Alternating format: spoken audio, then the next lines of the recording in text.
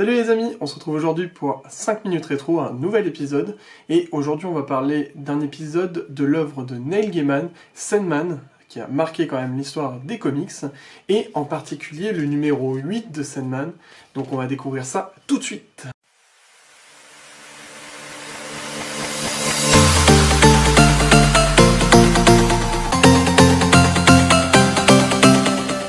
Donc, ce numéro 8, pourquoi je vous le présente par rapport, par exemple, à un numéro 1 ou à un dernier numéro, c'est que ce numéro va voir la première apparition de la mort, la frère cadette du personnage principal, Morphée, ou le rêveur ou le marchand de sable, et parce que, en fait, cette première apparition fait que ce numéro-là est le numéro le plus prisé de la série Sandman.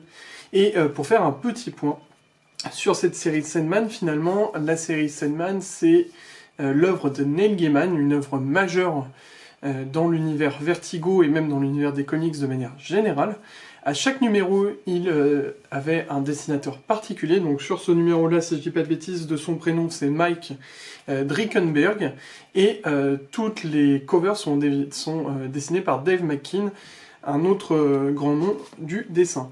Et finalement, cet univers Sandman se détache des autres univers et peut-être plaît autant car c'est un univers de fantasy onirique, par moments poétique, qui décrit donc le destin d'un anti-héros entre guillemets qui fait partie de la caste des éternels, donc une caste d'immortels ou appelée aussi les 7D dû à leur nom qui commence toujours par D. Donc notre anti-héros c'est Dream ou Morphée, ou le marchand de sable, peu importe comment vous l'appelez. Et ce personnage principal va revenir dans le premier numéro, après une longue absence où il était en captivité, il va reprendre son royaume du rêve, et de là va partir certaines histoires qui peuvent se prolonger sur plusieurs numéros, mais il y a certains one-shot. Ce qui fait la beauté de la série Sandman, c'est que tout se tient.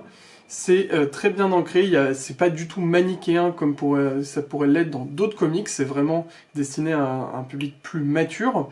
Et les histoires sont vraiment ancrées dans un univers particulier que Neil Gaiman a su mettre en place et a su tisser petit à petit dans ses recueils, dans ses numéros.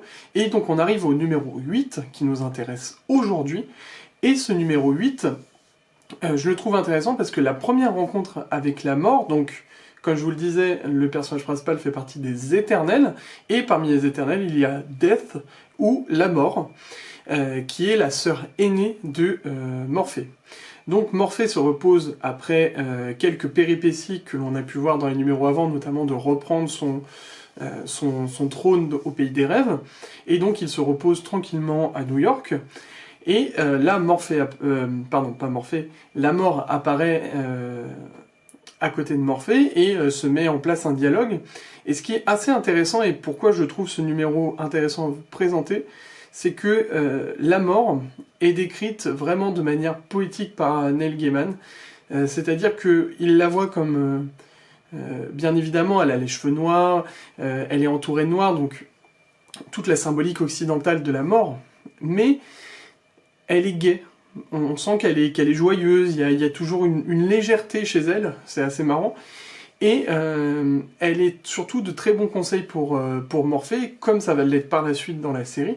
Et c'est ça qui est aussi intéressant, c'est que Morphée se repose sur elle pour avoir certains conseils. Donc un rôle légèrement maternel de cette grande sœur. Et elle va embarquer du coup Morphée avec elle pour sa mission entre guillemets, qui est malheureusement de tuer des gens. Mais là aussi, la mort n'est pas représentée comme quelque chose de dramatique, c'est-à-dire qu'elle prend des vies parce qu'elle doit prendre des vies.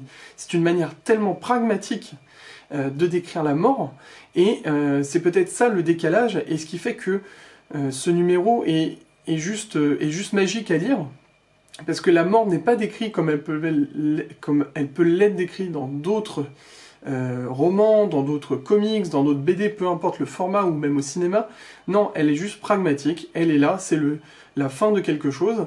Et ce que j'aime beaucoup, c'est qu'à un moment, elle voit un jeune footballeur dans le parc et elle lui dit « Ne t'inquiète pas, je vais venir » et je vous laisse imaginer la suite dans ce numéro. Donc pour tout ça, on arrive quasiment à la fin des 5 minutes et vous voyez qu'on pourrait en parler pendant des heures tellement l'œuvre de Neil Gaiman est absolument magnifique. Pour cela, je vous recommande de lire le numéro 8, il n'est pas facile à trouver, surtout en bon état comme je peux l'avoir, mais essayez de le trouver, de lire, ne serait-ce que Sandman, alors je crois que c'est dans le tome 2 en français, allez le lire, car c'est un numéro fondateur, et la série Sandman est un incontournable si vous aimez les comics. Et voilà, c'est fini, on se retrouve très vite pour d'autres numéros, j'ai plein de choses à vous montrer, parce que j'ai pris un peu de retard ces derniers temps, dû à ma vie professionnelle. Et eh bien on se retrouve très vite. Toujours, si vous aimez, n'hésitez pas à le dire, likez la vidéo, allez voir les autres vidéos, la page Instagram Kryptonite Comics, n'oubliez pas. Et puis je vous dis à très bientôt, d'ici là, portez-vous bien, et salut!